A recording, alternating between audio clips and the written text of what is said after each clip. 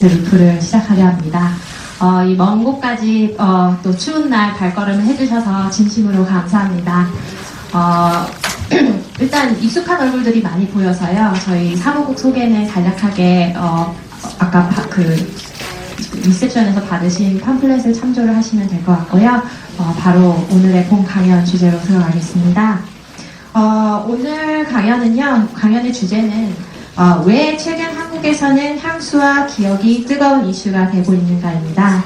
1월부터 시작되는 저희 TCS 루프는 한중일 상호 이해를 위한 한걸음, 왜? Why라는 주제로 한 국가에 대한 특정 무릎에 이제 다른 나라의 문화들을 비교를 해봄으로써 이제 답을 하는 기획으로 이루어졌습니다. 그래서 이번에는 한국에서 왜 향수와 기억, 이 뜨거운 이슈가 되고 있는가인데요. 여러분 아시다시피 잘 아시는 응답하라 드라마 시리즈로부터 최근에 토토가 열풍에 이르기까지 요즘 우리 사회에서는 과거를 추억하는 문화 현상들을 자주 찾아볼 수 있습니다. 이러한 현상은요, 미디어나 마케팅에 국한된 일이 아니고요. 일반 시민의 기억을 모아서 서울의 역사를 재조명하는 메모리 인 서울이라는 오늘 이제 강연을 들으실 텐데, 그런 프로젝트가 보여주듯이 과거의 기억을 되살리고 이를 문화 콘텐츠로 만드는 사회 일반의 시도 역시 굉장히 활발합니다. 그리고 이는 또 한국에만 국한된 현상이 아니라서요. 한국에서는 왜 이런 분들이 불고 어떤 식으로 그런 분들이 이루어지고 있고 또 일본이랑 중국의 경우는 어떠한지 살펴보도록 하겠습니다. 이에 앞서서 간단히 배경 설명을 먼저 드리려고 합니다.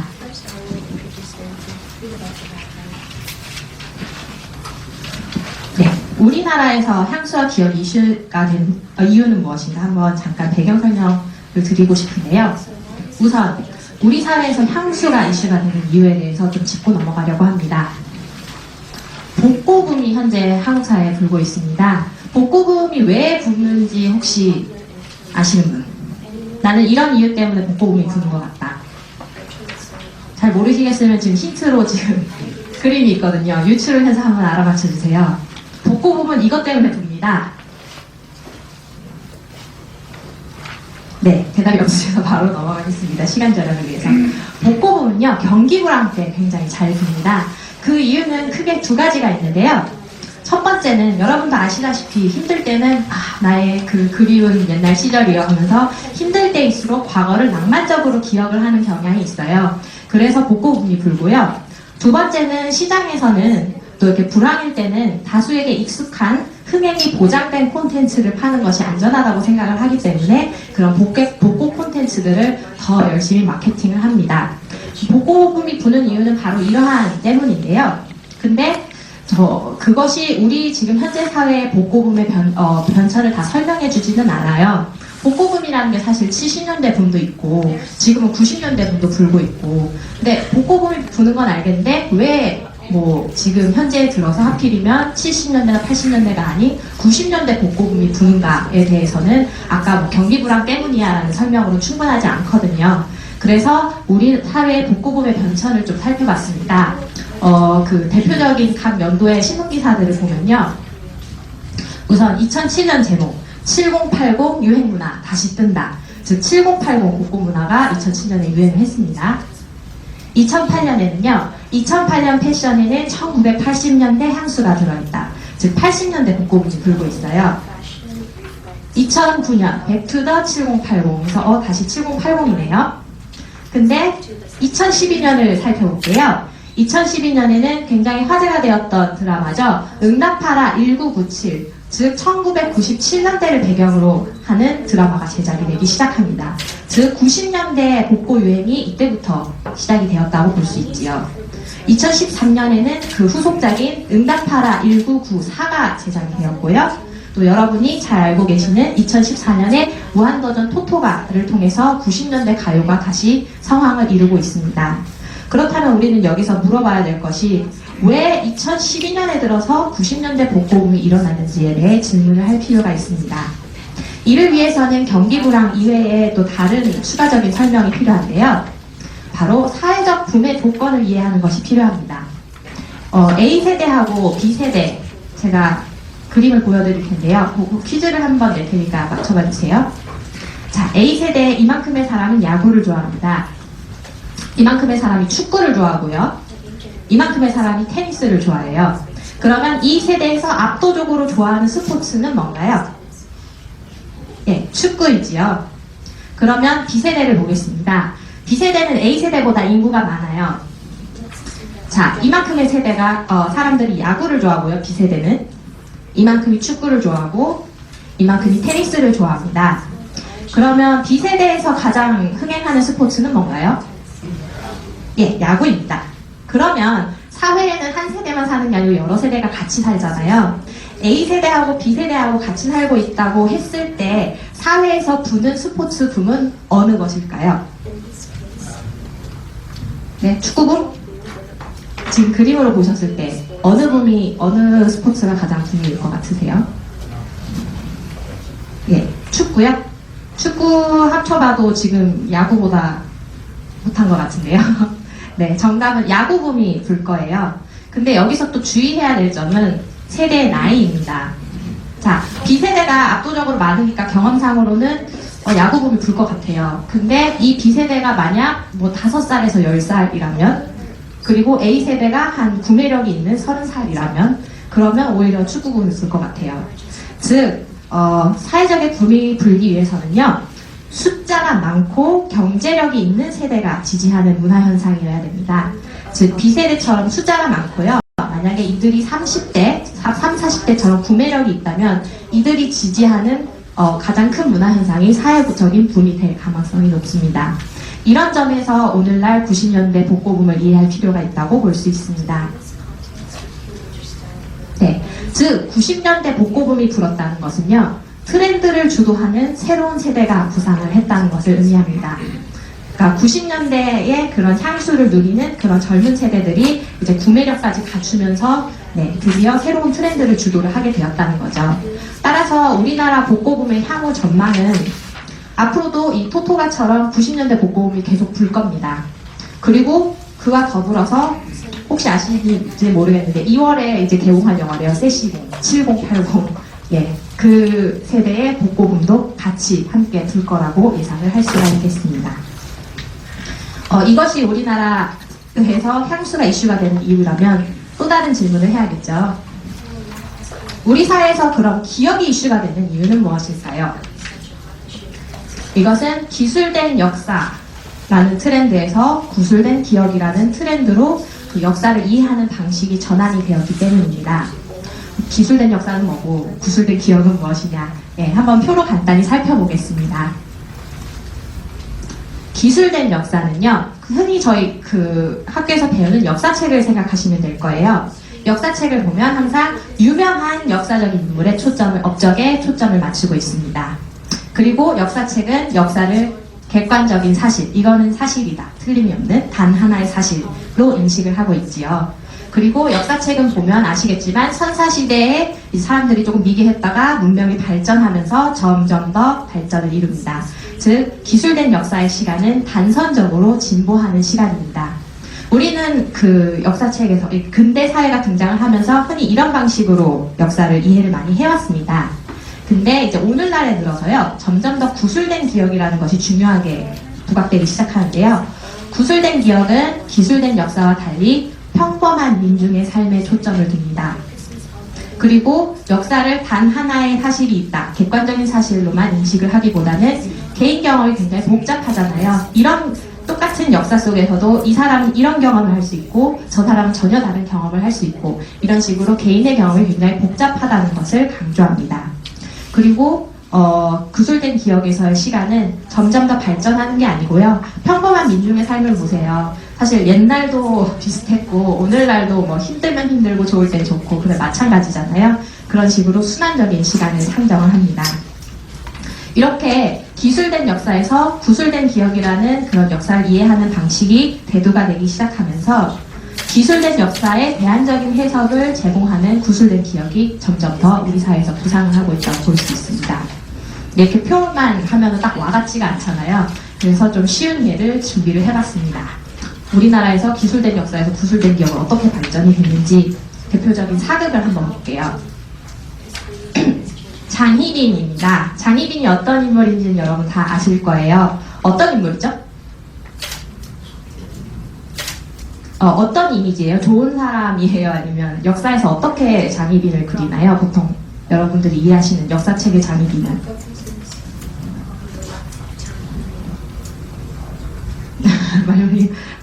보통 희대의 악녀라고 하잖아요. 인현왕후를 막 저주를 해가지고 이제 살해를 했다는 뭐 그런 이유로 이제 사약을 받고 죽는 정말 희대의 악녀. 지금 이 그림만 보셔도 정말 악녀 표독한 이미지잖아요. 네, 2002년에는 기술된 역사, 즉 그 역사책에 그대로 쓰여 있는 그러한 버전의 것을 그대로 드라마로 옮겨서 그렸다고 보시면 돼요. 그것이 구술된 기억, 즉 개인경의 복잡 다담함을 강조하는 트렌드로 변하면서 과연 장희빈이 꼭 악녀이기만 할까? 아니면 악녀였다면 근데 그 악녀가 될 수밖에 없는 사연이 있지는 않았을까라는 식으로 사람들이 점점 더 질문을 하게 됩니다. 그런 사이에서 장희빈의 그 희대 악녀라는 이미지도 점점 더 변화하게 되는데요. 그 변화한 결정적인 시점이 2002년 바로 다음에 나온 장희빈에 대한 드라마 동의입니다. 사진을 보셔도 좀 이미지가 다르죠. 네, 이때 그 동의에 나왔던 장희빈 관련 뉴스 기사를 보시면요. 이전의 장희빈에 대한 반응하고 굉장히 달라요. 첫 번째 반응은 굉장히 장희빈인데 우아하다. 우아하고 지능적이고 아름답다.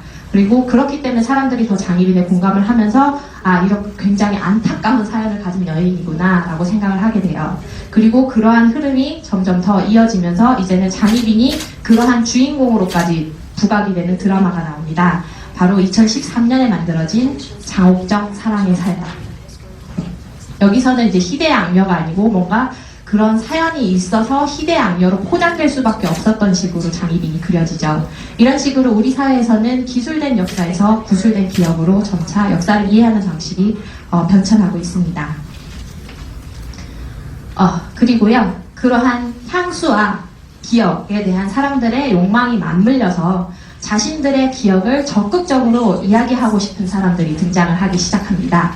그리고 그런 사람들의 이야기를 모아서 기록을 하고 그것을 또 다른 문화 콘텐츠로 만들어내는 공동체 아카이브라는 게 등장을 하는데요. 이게 바로 오늘 강연의 본 주제라고 볼 수 있습니다. 그래서 지금 제 마이크를 연사분께 돌려드려야 될 것 같은데요. 그러면 한국의 공동체 아카이브는 어떤 것인지, 공동체 아카이브가 도대체 뭔지, 한국에서는 공동체 아카이브를 어떻게 하고 있는지를 그 메모리인 서울의 기억 수집가이신 홍세미 선생님을 소개를 해서 한번 이야기를 들어보도록 하겠습니다.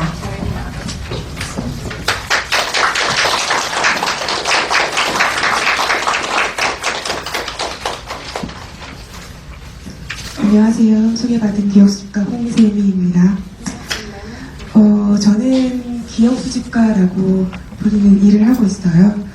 근데 제가 하고 있는 기억수집가라는 일은 메모리인 서울 프로젝트 안에서 수행되는 직함이고요.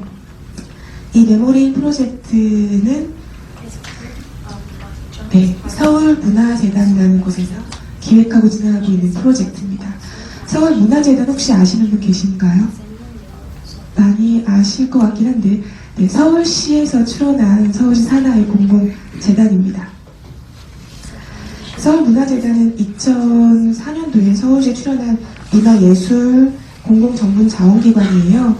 그래서 시민과 예술가가 함께 행복할 수 있도록 문화도시를 만든다 목표와 여러 가지 사업, 문화예술 활동을 지원하는 사업을 진행을 하고 있습니다.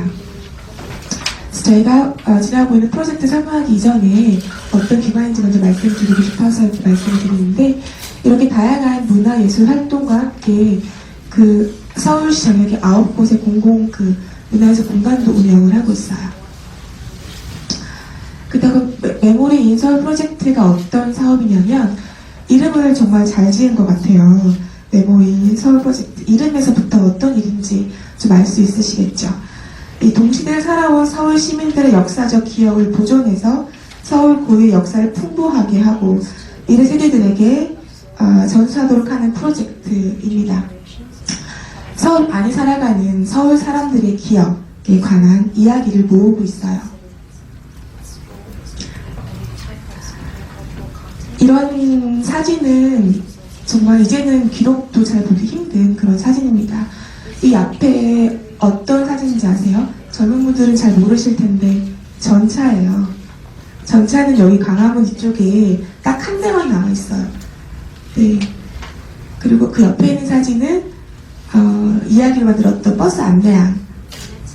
그 옆에는 6.25때 피난가고 있는 모습입니다. 이런 기억들 우리 젊으신 분들은 전혀 그 전설로만 들으셨겠지만 아직도 이때를 기억하고 이때를 사셨던 분들이 지금 저희와 함께 살고 계세요. 그래서 이런 이야기를 모으는 저희 같은 사람을 기억 수집가라고 합니다. 저희는 그 서울문화재단에서 2013년부터 이 사업을 시작을 했는데 2013년 3월에 기억 수집가 모집 공고를 냈어요. 그래서 다양한 배경을 갖고 있는 사람들 20여 명의 사람들이 선발이 되었고 저희가 한 10주 정도의 소양 교육을 받고 이렇게 활동을 하고 있습니다. 그 10주간의 소양 교육이라 10주가 사실 긴 시간은 아니지만 저희가 대부분 굉장히 다양한 배경을 갖고 있는 사람들이 모여서 이걸 수양을 하고 있어요. 10주 동안에 저희가 그 미시사에 대해서 그리고 기억이라는 거에 대해서 그 구술사, 그리고 인터뷰하는 방법론 그리고 인터뷰 사례 등등 이런 것들을 한 10주 정도 그 교육을 받았습니다. 저희가 지금 인터뷰하고 있는 모습이에요. 저희는 사실 녹음 장비를 들고 마치 보따리 장수처럼 녹음 장비, 마이크, 사진기, 카메라, 사진 현상하는 기계 이런 걸 큰 가방에 메고 이렇게 찾아가요. 사실 직접 그 사람이 살고 있는 공간에 가야 그 사람에 대한 기억을 더 잘 수집을 할 수 있거든요. 그래서 밑에 보면 2013년 처음 기억수집가 1기 모집 공고문을 보면 어떤 사람이 기억수집가가 왔으면 좋겠다라고 하는 부분에 다른 사람의 이야기를 잘 들을 줄 알고 처음 만난 사람과도 편안하게 이야기 나눌 수 있는 분이면 좋겠습니다. 라고 하는 공고를 보고 많은 분들이 모집을 지원을 했어요. 근데 저희가 제가 듣기로는 이 사업을 하기 전에 6개월 이상의 준비 기간이 있었다고 해요. 그때 다양한 분들, 자문위원 분들이 계셨는데, 그때, 하셨던 말씀이 정말 전문 인터뷰어가 아니라 다양한 배경을 갖고 계신 분들이 이 일을 수행했으면 좋겠다는 의견이 있으셨대요. 그래야지 보다 풍부하게 더 다양한 이야기를 수집할 수 있을 거라고 생각하셨던 것 같아요. 저희는 현재 2기까지 선발돼서 활동을 하고 있고 올해 3기 모집을 앞두고 있어요. 그래서 1기, 2기 합해서 전체 26명의 기업 수집가가 활동을 하고 있습니다. 그 26명의 기업 수집가가 2013년부터 몇 명을 만났을까요? 저희가 700명이 넘는 사람들을 만났어요. 제가 1기라서 2013년도부터 활동을 했는데 제가 2013년도 한 해 동안 만난 사람이 30명이 조금 넘는 숫자인 것 같아요. 네. 이렇게 저희 스튜디오에 와서 인터뷰를 하기도 하고요. 여기 보시면 여기는 성우 이용원이라고 CF나 영화에서도 아마 나왔던 것 같아요. 이 성우 이용원은 3대째 이용 기술을 계속 닦아서 운영하고 계시고요. 이 건물이 200년 된 건물이에요. 보통 저희 서울시청에 저희 녹음 스튜디오가 있는데 모셔서 인터뷰를 하는 경우도 있지만 이렇게 공간 자체를 기억을 할 가치가 충분히 있는 곳은 직접 녹음 장비를 가지고 찾아가야겠죠. 그래서 사진도 많이 찍어오고 인터뷰도 해옵니다. 특히나 저 성우 이용 같은 경우에는 그 공간에 앉아있는 것만으로도 마치 이게 일제시대 때 지어진 건물인데 그때에 돌아간 듯한 느낌이 들었어요. 그래서 저희가 총 26명의 기억 수집가가 700번이 넘는 인터뷰를 진행했고 참여했던 시민은 800여 명이 넘습니다. 저 맨 끝에 계신 분은 올해 83 되신 송명숙 기업 제공자님이세요. 저분 같은 경우에는 그 화강동의 중부시장 아시나요? 저희 서울의 3대 시장 중에 한 곳이라고 하던데, 화강동에는 중부시장이 1950년 6.25 때 처음 그 개장을 했는데요. 그때부터 지금까지 장사를 해오신 분이세요. 그래서 중부시장 역사를 고스란히 다 알고 계신 분이었어요. 보통 근데 구술사가 아카데미에서도 연구가 되고 전문적으로 활동하시는 분들이 계세요. 그런 분들은 보통 그 활자로서 기록이 어려운 이런 지방사나 여성 이런 세계사들 많이 그 작업을 하시는데, 저희 같은 경우는 그 일반 그렇게 전문적인 분들을 만나는 것보다 저 같은 경우는 이렇게 이런 현장에서 계속 일하셨던 분 만나는 걸 더 선호해요. 이런 분들은 정말 그 자기가 살아왔던 그 이야기를 그대로 정말 어떤 걸 섞지 않고 이야기를 해주실 수 있거든요. 그래서 이분들 같은 경우는 사실 저희가 보통 기억 수집은 그 50대 이상 되는 분들의 인터뷰를 좀 많이 하는 편입니다.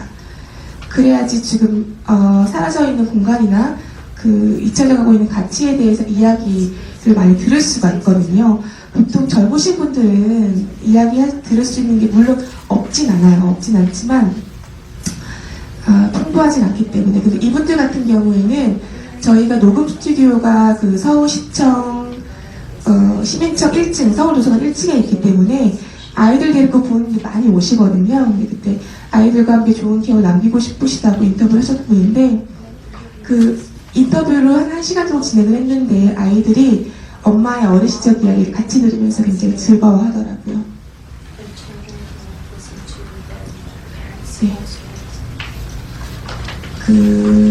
저희가 일단 좀 말씀도 드리기 전에 저희가 인터뷰했던 것들을 좀 보여드리면 좋을 것 같아요.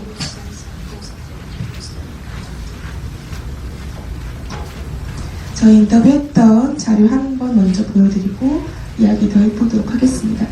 이 영상은 여기 젊으신 분들도 꽤 계신데, 우리가 지금 이 불이 마치 우리가 그 공기처럼 당연한 것처럼 지금 다 생각할 텐데, 전기가 처음 들어왔을 때를 기억하시는 선생님도 계시나요?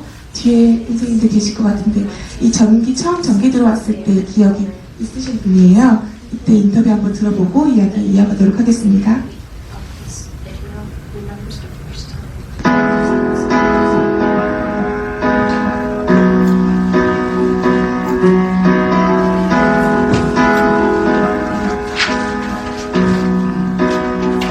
죄송해요. 영상이 틀렸어요. 잠시만요.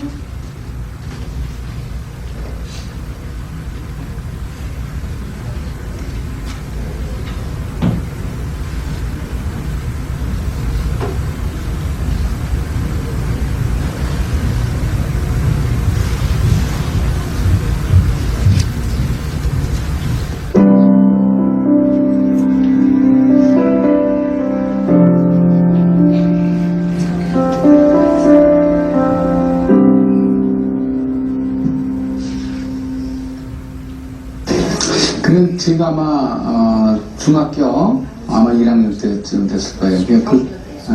그때까지는 밤이 무서워요. 왜 밤이 무서우냐면 그때는 뭐 도깨비도 나온다, 뭐가 나온다. 밤에 깜깜한 방 바깥에 나가면 뭐 나무도 도깨비로 생각하고 도깨비 걷고 귀신 같은 귀신 보고. 그러니까 우리 어렸을 때 기억나는 건 이 밤이 무서웠어요. 그 제일 무서웠던 건 뭐냐면은 화장실. 옛날에 그 집하고 사돈 집하고 화장실 멀어야 된다 그랬잖아요. 그래서 화장실이 굉장히 멀었어요. 길 건너에 있었다고요. 그래서 이제 화장실 갈 때는 진짜 가야 되는데 무서워서 못 갔어요. 왜냐면 그 달걀 도깨비 있다고 해가지고. 그러니까 뭐 전기불이 없었으니까 그때 당시에는 그냥 호롱불. 그것도 또 옛날 살림이 가난하니까 그 기름들 하잖아요. 그 기름들 하니까 기름焼기라고 애들 공부 열심히 하는 애들도 공부보다도 그냥 그 기름 많이 산다고 빨리 불 끄고 자라고. 그래서 뭐 그때 당시에는 불을 하도 이 호롱불은 가면이 작으니까 그걸 심지를 올려서 크게 보려고 그랬죠. 그러면 막 끓으며 코에 들어가고 코로 숨 쉬니까 아침이라는 가관이죠. 뭐 서로 코 있는 데가 뭐 껌정 치는 건 뭐야. 예, 그렇게 참 답답하게 살았죠. 그런데 우리 동네에 어르신들이 회의를 하더라고요.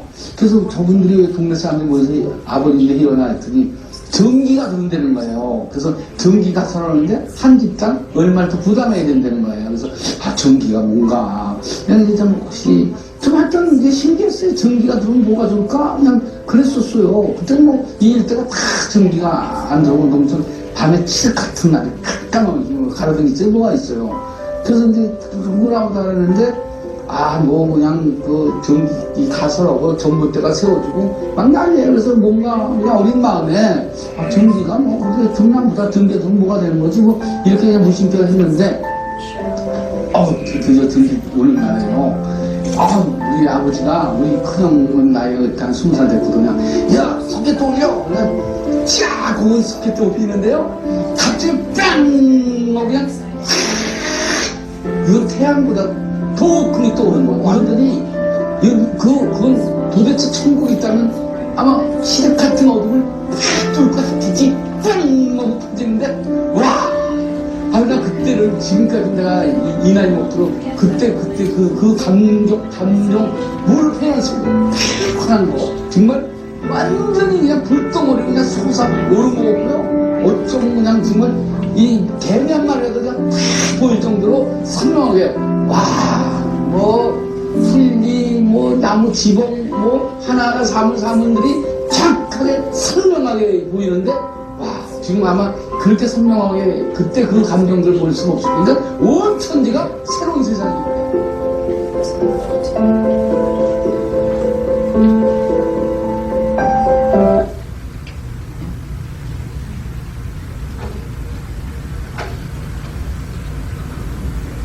어떠세요? 전기가 처음 들어왔을 때 그 감동 고스란히 느껴지시죠? 저는 제가 한 인터뷰는 아닌데요. 저 인터뷰 영상을 보고 되게 뭉클하더라고요. 그때를 살아온 세대도 아니면서 저랬던 시절이 있었구나. 우리가 기억하지 못하고 알지 못하는 때에 저런 시절이 바로 전이에요. 얼마 되지도 않죠. 불과 30-40년 전에 저랬구나. 네. 저희가 인터뷰를 정말 다양한 방식으로 진행을 하고 있습니다. 물론 기본적으로는 저희는 마이크를 이고지고 기업 제공자 계신 곳은 어디든지 갑니다. 근데 보통 그렇게 하고요. 저희가 메모리 스튜디오라고 해서 서울시청 내인 서울도서관 1층에 그 녹음 스튜디오를 만들었어요. 그래서 자택에서 인터뷰가 어려우신 분들이거나 혹은 서울시청을 방문하신 서울 시민들 중에서 이거 나 알지 못하고 왔지만 이런 좋은 기회가 있을 때 한번 나의 기억을 나누고 싶다는 분이 계실 때 이렇게 녹음을 할 수 있는 장소예요. 바로 옆에는 이게 녹음 스튜디오고요. 옆에는 청음 부스입니다. 이렇게 아이패드가 설치되어 있어서 이렇게 들을 수가 있어요. 이렇게 홍대의 예전 기억을 보고 싶다 해서 클릭해서 들을 수가 있고요. 이런 게 1층과 3층에 지금 설치가 되어 있어서 그 녹음했던 거 인터뷰했던 분들도 자기가 인터뷰했던 거를 되게 듣고 싶어 하시거든요. 그러면 어떤 분 같은 경우에는 손주랑 며느리랑 데리고 그 서울시청에 오신 거예요. 나 인터뷰했는데 인터뷰한 거 보여주겠다고. 그래서 여기 와서 같이 이렇게 이만한 아이에게 헤드폰 끼워서 할아버지 인터뷰한 거 보라고 해서 그 보러도 오시는 분도 종종 계십니다. 그래서 그렇게 많이 활용이 되고 있어요. 교육적으로도 많이 이용이 되고 있습니다. 그리고 지금은 저희가 새로운 방식을 고민하고 있어서 운영을 하고 있지 않지만 작년까지 이런 녹음실을 이 캠핑카 안에 설치를 해서 차를 타고 또 서울 곳곳을 다녔어요. 굉장히 예쁘죠?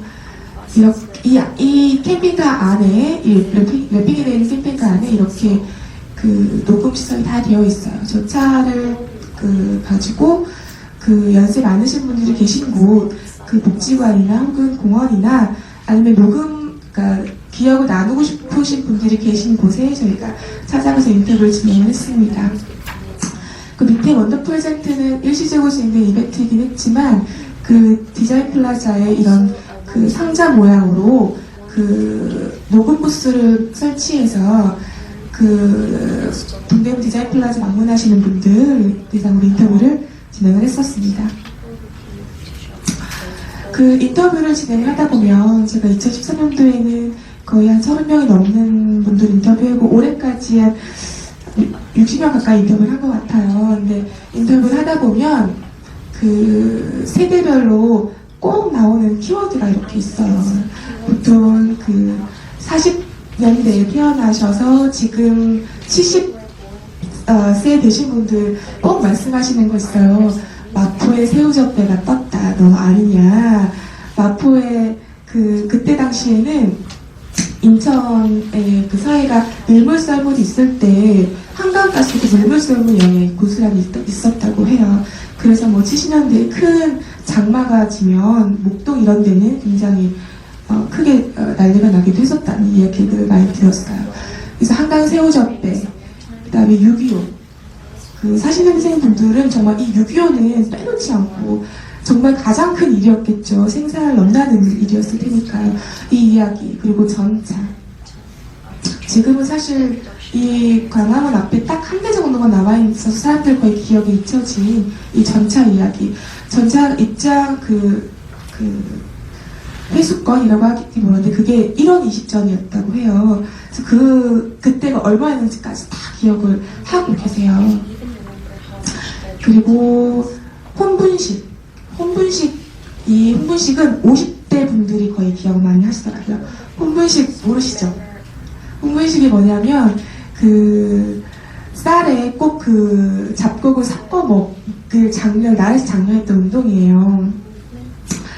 그래서 근데 잡곡을 섞으면 먹기에 깐끄러우니까 그 쌀밥을 싸가면 아침에 선생님들이 그 도시락을 늘 검사를 하셨대요. 잡곡이 섞여있지 않으면 벌을 받았다고 해요. 그래서 좀 못 사는 친구들은 다 잡곡만 100% 싸우니까 그 친구들에게 잡곡 한 숟가락을 꾸는 거예요.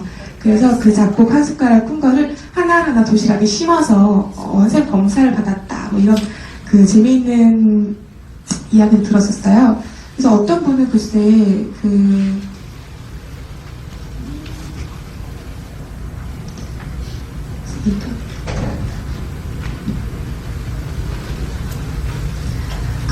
이때 당시 이 홍보식을 장려하기 위해서 노래도 만들어서 아이들에게 계속 부르기도 했는데 55세가 넘으셨는데 이 노래를 기억을 하시는 거예요.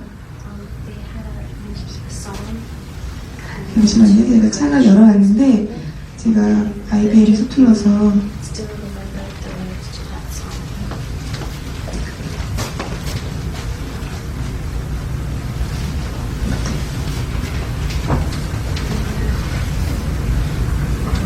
인터넷 창.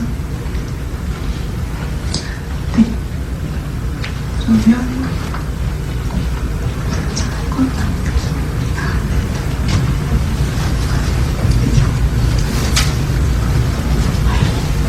죄송합니다.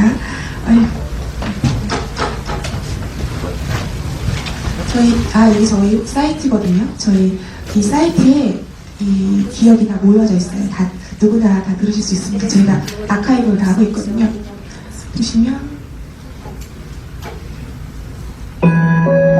제가 55세 남자분 인터뷰했는데요. 그 당시에 노래도 텔레비에서 나왔어요.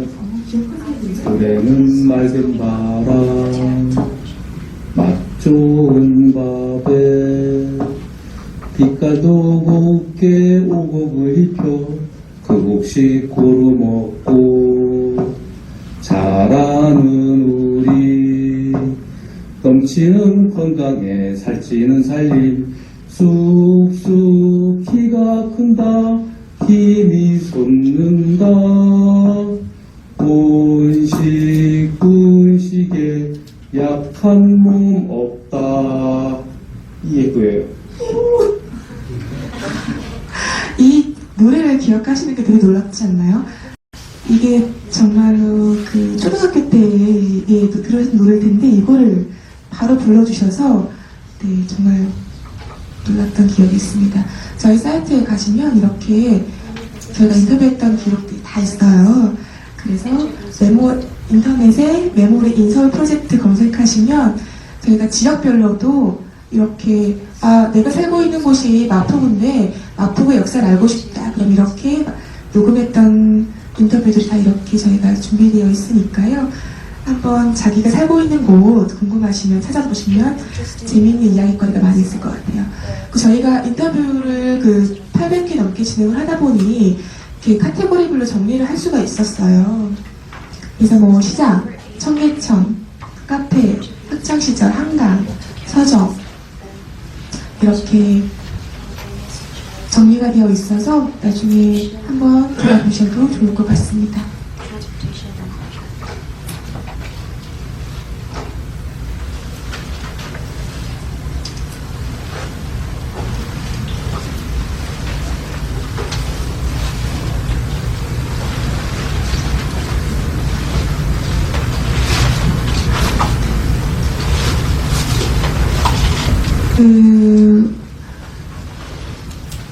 이런 것들 여기가 지금 두 번째 사진에 보시면 여기가 압구정동이거든요. 압구정동 개발되기 전에 원래는 아파트 들어서기 전에 요즘에는 강남이라는 영화가 나왔던데 이렇게 농사 짓고 있던 땅에 이렇게 아파트가 들어서기 시작을 했었죠. 그리고 여기는 청계천이에요. 청계천에 대한 기억도 굉장히 많이 들을 수 있었는데 청계천에 6.25 당시 올라왔던 지방 사람들이 이렇게 판자집을 짓고 정말 뼈붙게 살았다고 합니다. 그래서 전기는 물론 물도 없었겠죠. 청계천에서 빨래를 해가지고 하얗게 청계천변에 빨래를 하얗게 널었던 그런 이미지를 이야기해 주신 분들이 계셨어요. 그리고 여기는 이건 전차고요. 70년대 때 처음 지하철 1호선 개통식 사진입니다. 지금은 저희가 몇 호선까지 있나요? 9호선까지 있나요? 근데 이때 1호선은 정말로 우리나라 기술로는 만들기 어려웠는데 좀 무리해서 이렇게 개통했다고 해요. 근데 저희는 사실 이렇게 아카이빙 자체로도 의미가 물론 있습니다. 저희 이야기를 모아서 인터넷에 누구든 접근하기 쉽게 서울에 관련된 이야기를 모아놓은 아카이빙이 목적이 크기도 하지만 일단 저희는 서울 문화재단에서 하고 있는 사업이기 때문에 저희가 아카이빙한 자료들을 2차 콘텐츠로 만드는 거에도 중점을 두고 있어요. 그래서 이렇게 모인 이야기들은 그 자체만으로도 서울을 기억하는 중요한 콘텐츠가 되지만 좀 더 다양하고 재미난 방식으로 시민들에게 다가가 회자될 수 있는 방법을 고민을 하고 있습니다. 사실 아까 시민청 1층에 목소리 도서관도 있고 홈페이지에도 아카이빙 되어 있지만 나이 많으신 분들 접근하기가 좀 어렵기도 하고 젊은 사람들은 에서 찾아 듣지 않는 경우도 많잖아요. 그래서 보통 저희가 지금 진행하고 있는 2차 콘텐츠는 저희의 인터뷰를 듣고 예술가분들이 이렇게 사파와 웹툰을 지금 진행을 하고 있어요.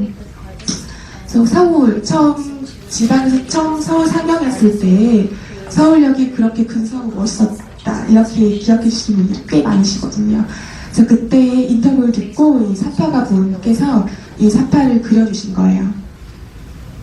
이렇게 사람이 많았다고 해요. 지금은 사실 이 역사를 쓰지 않고 있잖아요. 근데 이 역사 앞에 이렇게 많은 사람들이 항상 저렇게 개미들처럼 있었다고 합니다. 그리고 지금의 명동은 사실 거의 관광지, 쇼핑의 천국 이렇게 알고 있는데 우리가 젊은 사람들이 알지 못하는 70년대 때 명동은 사실 낭만의 상징이었다고 해요. 문화예술인들, 연극인들이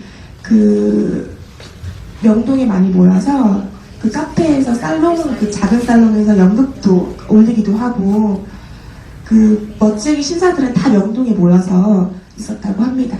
네, 그래서 70년대 명동 때를 굉장히 근사하게 기억하시는 예술인들이 굉장히 많으셨어요. 그래서 그때 그 재작년에 문화예술인 분들을 인터뷰를 했는데요. 그때 명동에서 3년 넘게 연극을 하시다가 80년대 후반에 이 대학로로 많이 분들이 이사를 가셨거든요. 극단과 다. 그래서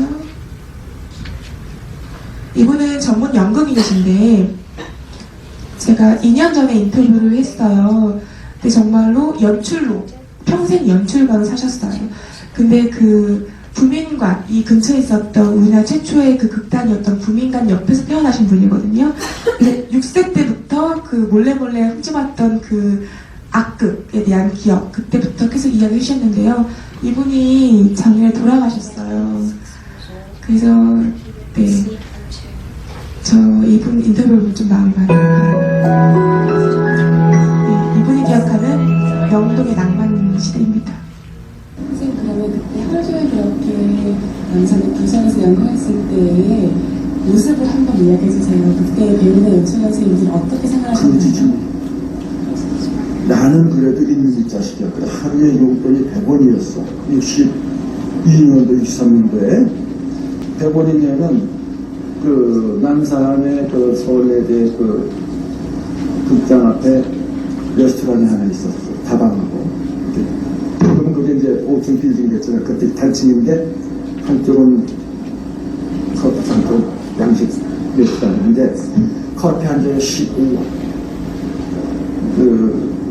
이제 러시아 수프에다가 햄버거가 그러면 그 65원이야. 또 100원이면은 양식 먹고 커피 한 잔 먹고, 그치? 응? 그러면 80원 아니야. 20원이 남아. 그 지연차가 7원이니까 버스 같은 게 딱 하루 생활이 되는 거야. 근데 그 비싸도 안 먹죠. 어쩌다 먹지만 영동 가면 종이장 같은 돈가스가 15원이야. 향림이라고. 기억이 나, 향림. 응? 영동 유네스코에 간, 지금 유네스코에 간 옆골목에 거기가 다들 갔어? 15원 돈가스 15원. 그러니까 그때 반도호텔이 있었어. 지금 롯데백화점 롯데호텔 있잖아. 거기 반도호텔이라고 있었다고. 조선호텔 뒤에. 응? 그 6층인가 8층인가 거기 올라가면 레스토랑이 있었어. 고급 레스토랑 그 요리가 65원. 그러니까 남산에 있던 학교 앞에 있던 레스토랑도 고급 레스토랑이야. 65원. 그럼 그런 거 안 먹지. 15원짜리 먹고 그 다음에 그때는 술들도 술 거의 내가 사는 거야. 지금까지 괜찮았다. 그럼 나중에는 안 그랬지만 그때는 뭐 데려가면 100원을 이틀을 먹으면 200원이면 3원을 먹으면 300원이 된다고. 응? 커피 안 먹으면 300원이면 그때 소주 한 병에 100원이 안 됐을 때야. 그때는. 응? 그럼 뭐 9명이면 소주 9병이면 안전해서는 실컷 먹는 거야. 응? 그러다 세월이 흐르다 보니까 어느샌가 소주 한 병이 100원이 되더라고. 응? 71년도 되니까. 군대 가서서 70년대에 묻히기 시작했거든.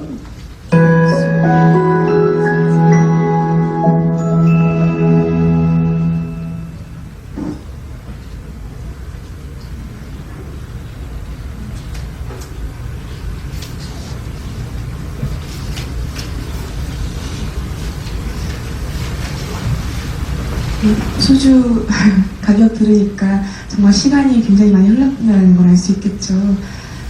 그리고 정말로 못 살던 때, 힘들게 살았던 때 이야기를 많이 해주고 싶어 하세요. 제가 그분들에 비해 젊다 보니 우리 세대가 이렇게 힘들게 살아왔다 이 이야기를 많이 해주고 싶어 하셔서 그때 이게 서울의 모습이거든요. 이렇게 물도 이렇게 길어서 하늘먼지에 얼마나 이렇게 사서 쓰고 했던 때에 전쟁 직후에 정말 이렇게 어렵게 살았던 때에 우리가 이미 많이 잊고 있지만 또 기억을 해야 될 때인 것 같습니다.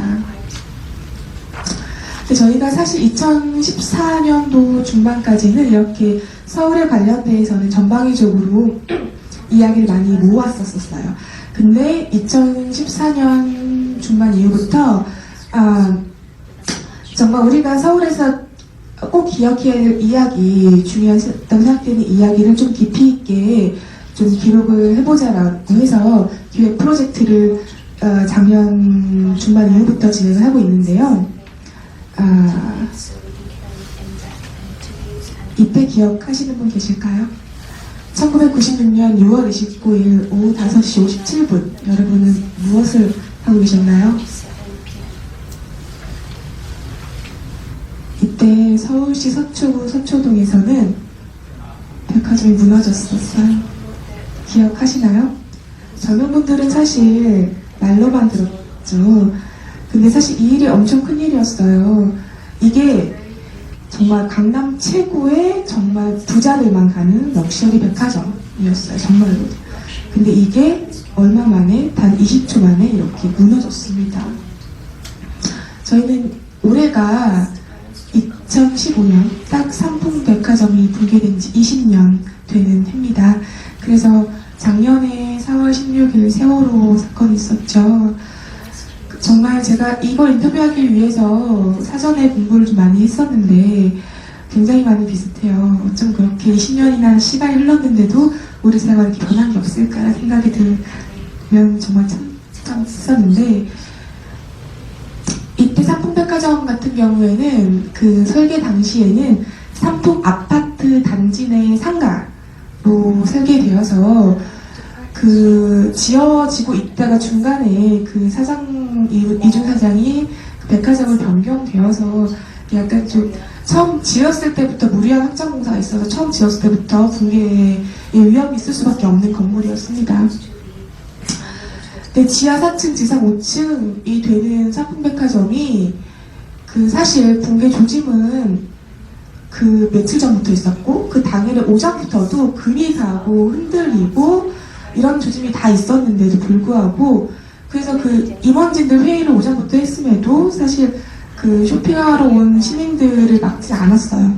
하물며 그 오전에 인터뷰를 하다가 알게 된 사실인데, 오전에는 그 세일을 하니까 쇼핑을 하러 오라고 이런 홍보까지 있었더라고요.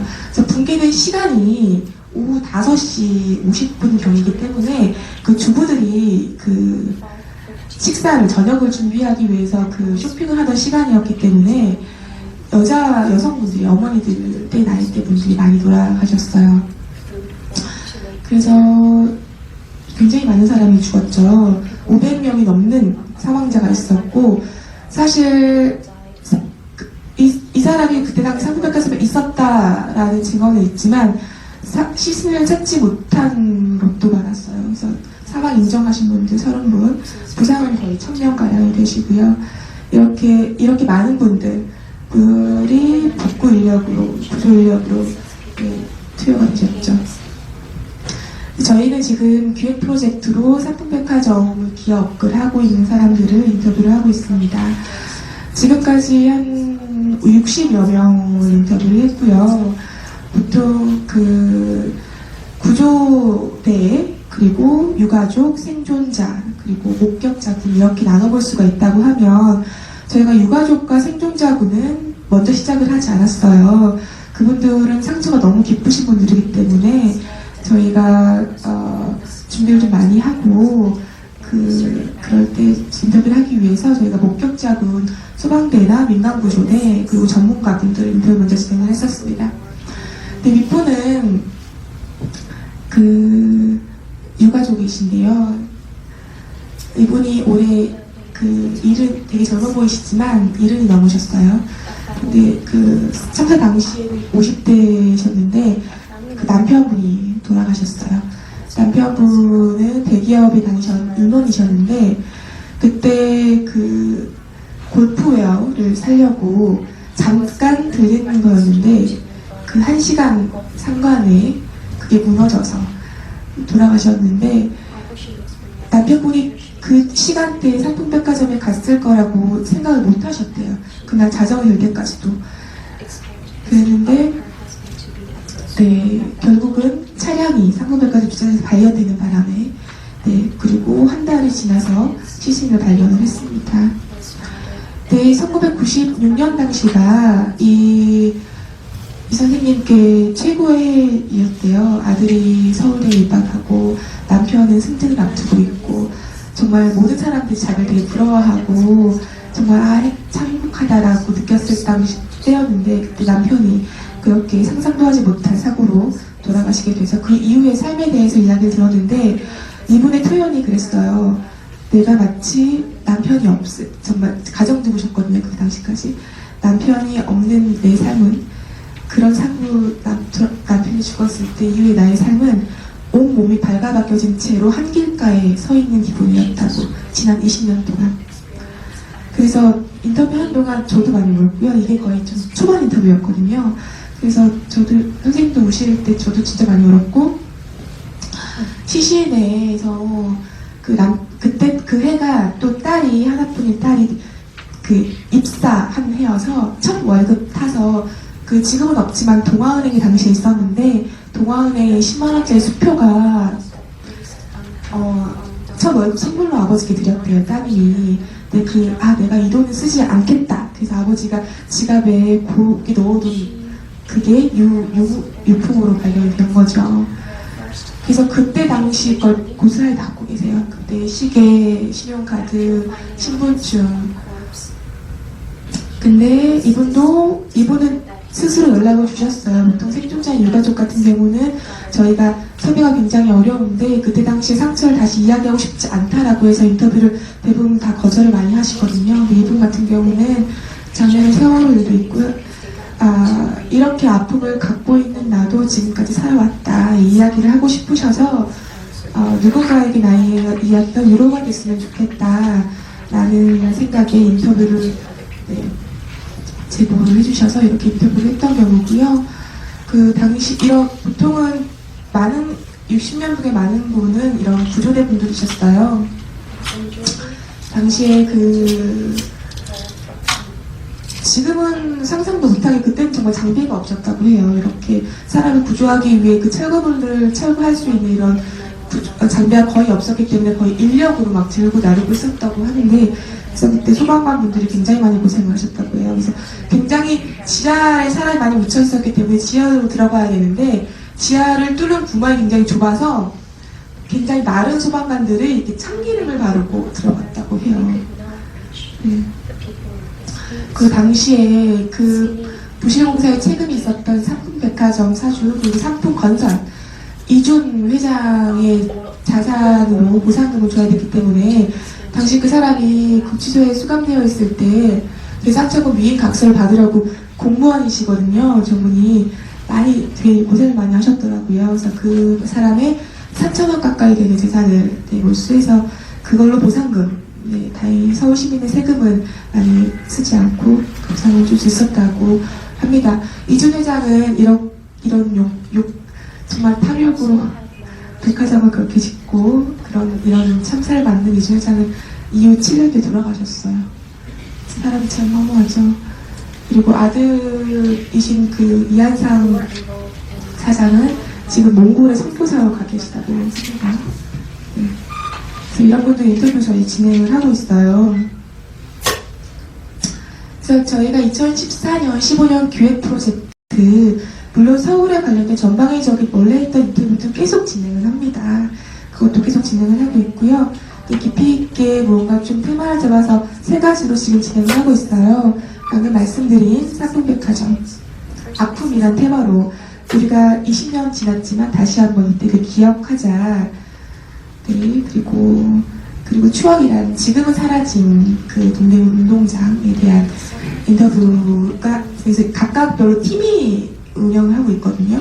마지막으로 환이라는 주제로 2002 월드컵에 관련된 테마 인터뷰를 진행을 하고 있습니다. 사실 저희가 인터뷰를 진행을 하다 보면 사람들은 굉장히 이야기를 하고 싶어 하세요. 사실 저희가 듣고 싶어 하는 인터뷰를 꺼려서 거절하시는 분도 계시지만 보통 인터뷰를 하러 가면 굉장히 반가워해 주시고 1시간, 2시간 되는 그 짧지 않은 시간을 할애해서 자기가 살아왔던 생애에 대해서 내가 겪어왔던 서울의 어떤 공간, 이야기를 많이 해주십니다. 그리고 굉장히 즐거워하세요. 그리고 그 위안을 받는 느낌도 들었어요. 그 젊은 사람들은 사실 어르신들 이야기 많이 안 들으려고 하잖아요. 그런데 누군가가 이렇게 자기 이야기를 2시간, 1시간, 3시간 이렇게 정말 저는 되게 재밌거든요. 이야기 들을 때. 재미있게 열심히 듣고 있는 모습을 보시면 되게 즐겁게 또 위안받는 느낌이 들어서 인터뷰하고 있는 저도 굉장히 인터뷰 시간이 굉장히 즐거운 시간이고요. 그리고 사실 이런 인터뷰를 젊은 사람들도 굉장히 듣고 싶어하는 친구들도 많이 있더라고요. 지금은 창경궁이지만 예전엔 창경원이라 그래서 그 안에 동물원도 있었고 식물원도 있었고 했었는데 70년대에 이런 젊은 세대들의 부모님들은 그 창경원에서 데이트 많이 하셨거든요. 그럼 4월에 막 벚꽃이 날리면 그 사쿠라티라 그래서 벚꽃이 날리면 이렇게 단체 미팅을 하셨대요. 벚꽃이 휘날리는 그 창경원에서 이런 이야기를 들으면 우리가 봤을 때는 맨날 잔소리만 하는 부모님인데 이런 낭만, 엄마 아빠의 이런 낭만을 다시 한번 상기할 수 있고 그래서 젊은 사람들도 지나온 세대의 이야기를 많이 듣고 싶어 합니다. 근데 저희가 지금 저는 상품백화점 인터뷰 팀에 들어가 있어서 이 이야기를 더 많이 드리는데 올해 2015년 6월 29일이 20년 된 해이기 때문에 저희가 그때 전시랑 이런 여러 가지 2차 콘텐츠 작업들을 하고 있어요. 저희는 열심히 지금 인터뷰를 하고 있고요. 그런데 그 생존자나 유가족 인터뷰는 사실 진짜 어려워요. 그래서 사실 저희가 이 강의 요청을 들었을 때 수락했던 이유 중에 하나도 혹시나 이 이야기를 좀 하고 싶어서였거든요. 여기 강의 들어오신 분들 중에 혹시 그때를 기억하시는 분들을 아시는다면 꼭 저희에게 연락 좀 부탁드리고 저희가 생존자 유가족 인터뷰를 좀 더 많이 해서 6월 29일에 그 시민청에서 일주일 동안 그때를 전시를 합니다. 영상으로도 전시하고요, 목소리로도 전시하고요, 공연으로도 전시하고요, 또 구슬집도 준비를 하고 있거든요. 시간이 되신다면 그때 한번 서울 시민청에 오시면 같이 전시 보실 수도 있을 것 같아요.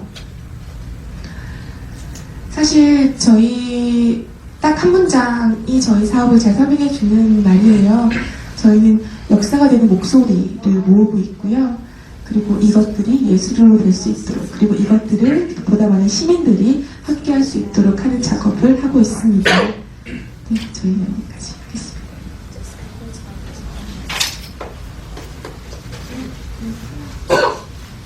마지막으로 저희 홍보 영상 하나 보고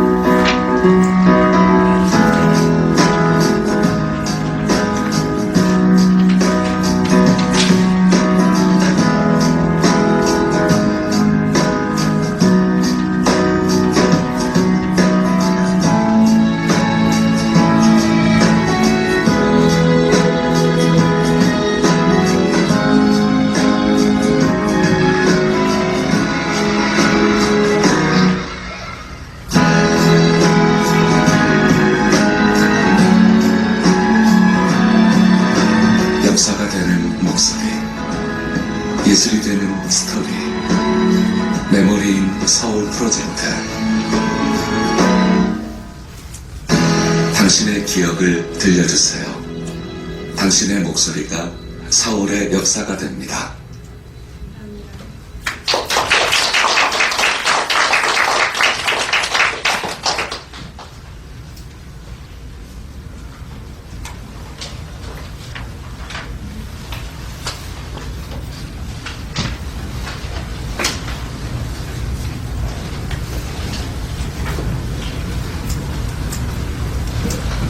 네, 어떻게 강연 재미나게 들으셨는지 모르겠습니다. 네, 아까는 한국의 공동체 아카이브에 대한 설명이었는데요. 뭔가 듣는 분들 표정을 보니까 이 시대를 사신 분들은 아 그때 그 시절이 그랬지 하고 뭔가 미소가 만연한 모습으로 보시는 걸 지켜볼 수 있었고요. 그다음에 또 그 세대를 경험을 안 하신 분들은 그때 이런 게 있었어 라는 표정으로 네, 신기하게 보시는 게 정말 인상이 깊었습니다. 네, 이렇게 자신의 기억을 그리워하고 그 기억을 뭔가 다른 사람에게 적극적으로 이야기하고 싶어하는 사람들은 비단 한국에만 있는 것이 아닙니다. 일본이나 중국에도요 그런 공동체 아카이브의 움직임을 볼 수가 있는데요. 그래서 제가 바톤을 이어받아서 일본과 중국의 공동체 아카이브를 좀 소개를 드리고자 합니다. 우선 일본의 공동체 아카이브 몇 가지 사례를 소개시켜 드리려고 해요. 그 전에 일본에서는 공동체 아카이브라는 게 어떻게 발전이 됐는지를 간략하게 설명을 드리고자 합니다. 공동체 아카이브라는 건요, 처음에는 이제 예술가들 사이에서 많이 출발을 하는 것 같아요. 예술가들, 사진가들이 과거의 사진을 찍어서 전시전을 열거나 그런 식으로 하면서 사람들의 기억을 조금씩 예술화하고 이런 식으로 해서 하다가 그게 또 점점 발전이 되면서 사회운동으로 발전이 되는데요. 일본이 바로 그런 길을 걷고 있습니다. 일본의 공동체 아카이브는 92년에 예술의 한 장르로 시작이 되었다고 합니다. 그러다가 2000년대가 들어서면서요, 이것이 그 사회에 그 목소리를 낼 수 없는 소외된 사람들을 찾아가서 그 사람들의 이야기를 듣고 그것을 기록으로 남기는 사회운동으로 발전이 됩니다. 그래서 그 사회운동으로 정착된 일본의 공동체 아카이브는요, 지금 이제 2010년대에 들어서 또 큰 전환기를 맞게 되는데요. 그 큰 전환의 가장 큰 이유는 바로 2011년 동일본 대지진입니다. 아까 그 서울 아카이브 사례에서도 보시면 삼풍백화점 이런 식으로 굉장히 그 사회에 큰 트라우마를 주는 이벤트 자체가 사람들이 굉장히 뭔가 증언하고 싶게 하고 그런 욕구들을 불러일으키는 게 사실인 것 같아요. 그런 면에서 일본의 동일본 대지진도 굉장히 그러한 그 의미가 있는 사건이거든요. 그래서 그 동일본 대지진을 겪었던 피해자분들의 기억을 체록을 하는 그런 움직임들이 살펴볼 수 있었습니다. 맨 왼쪽에 보면요, 오모이데 사르베지라고 해서요, 추억 구조대라고 보시면 될 거예요. 그 지진의 여파로 많은 집들이 수몰이 되면서 여러분들 아시겠지만 그러면은 이제 자신들이 갖고 있던 앨범이나 그런 것들이 잠기게 되잖아요. 그래서 훼손이 될 텐데 그거를 이 오모이데 사르베지를 하는 사람들이 직접 가서 사진을 모아서 그걸로 이제 그 지진으로 인해서 피해를 받은 마을에 이 원래는 이런 모습이었다 이런 식으로 기억을 복구하는 작업을 하고 있다고 합니다. 그래서 그 쌀배지 영상을 잠깐 살짝 보여드릴게요. 언어는 일본어로 되어 있지만 실제 영상을 보시면 아 이런 과정으로 하고 있구나를 좀 보실 수 있을 것 같아요.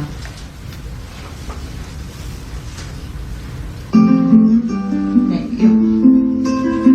이렇게 지진 때문에 지진에 잠겼던 사진들입니다.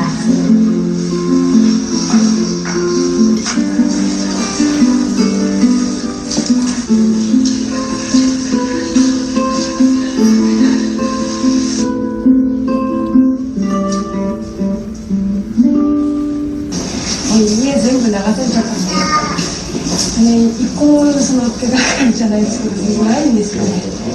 なんかね、あんまり思い出じゃないですけど、なんかそういうのがやっぱり全部なくなっちゃうのってどうしてもね諦めきれないんでね。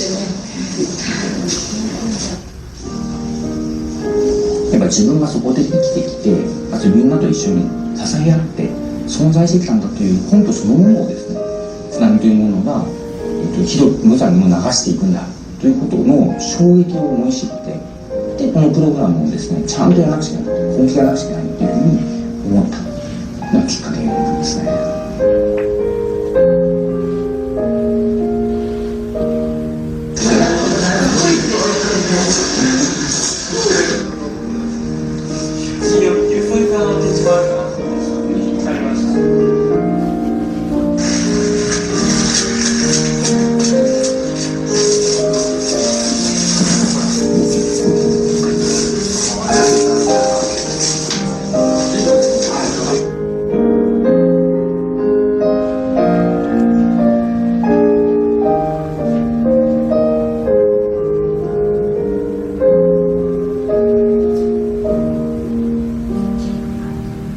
際ゴミを洗ってみて、実際ゴミ干してみるとですね、やっぱり皆さんとっておきの写真なんですよね。一枚一枚大切に捉えた写真なので、それが伝わってくるんですよ。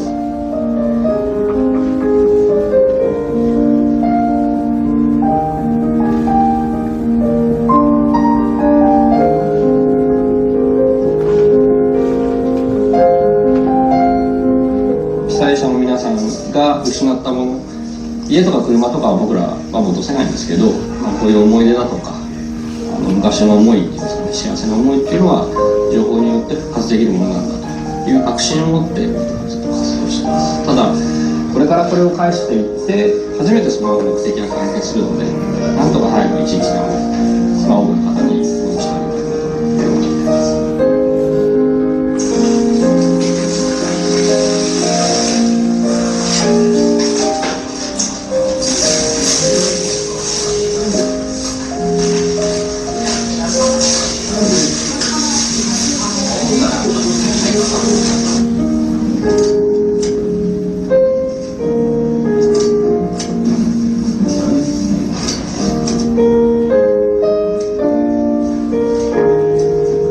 写真を見ることでその時のことを思い出したりとかすることが一番の写真の持つ能力というか力かなっていうのがありますね。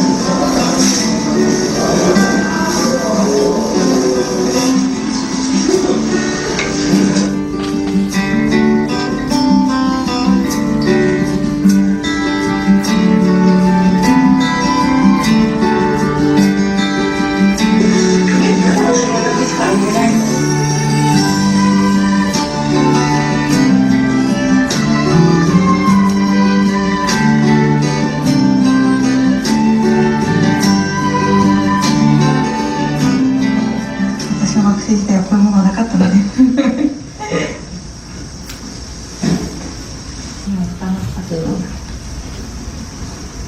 ないでしょ。ね、やっぱりないでしょ。あった。そうです。いいですか？すいません。出てないから探してて。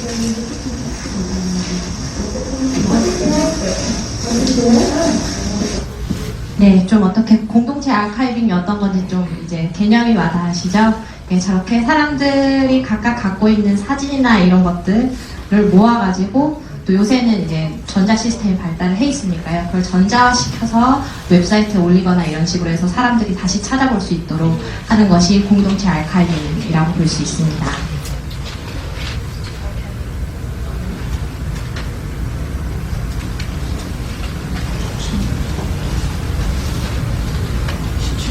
네.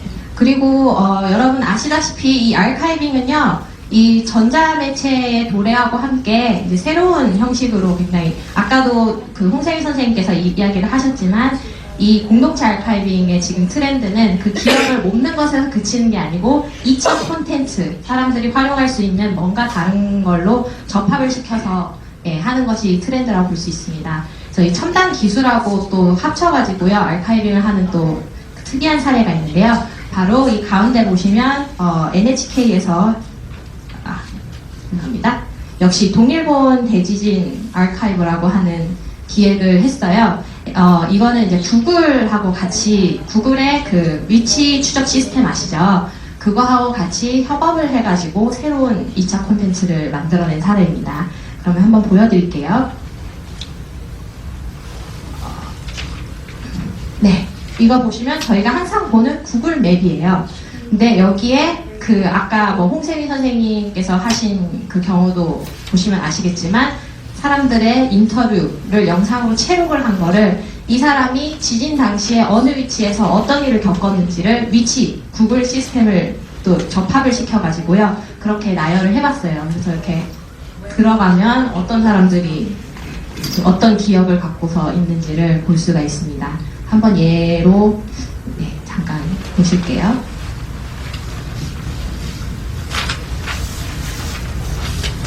이렇게 들어가면 영상이 떠요. 그분의 증언을 들을 수 있는.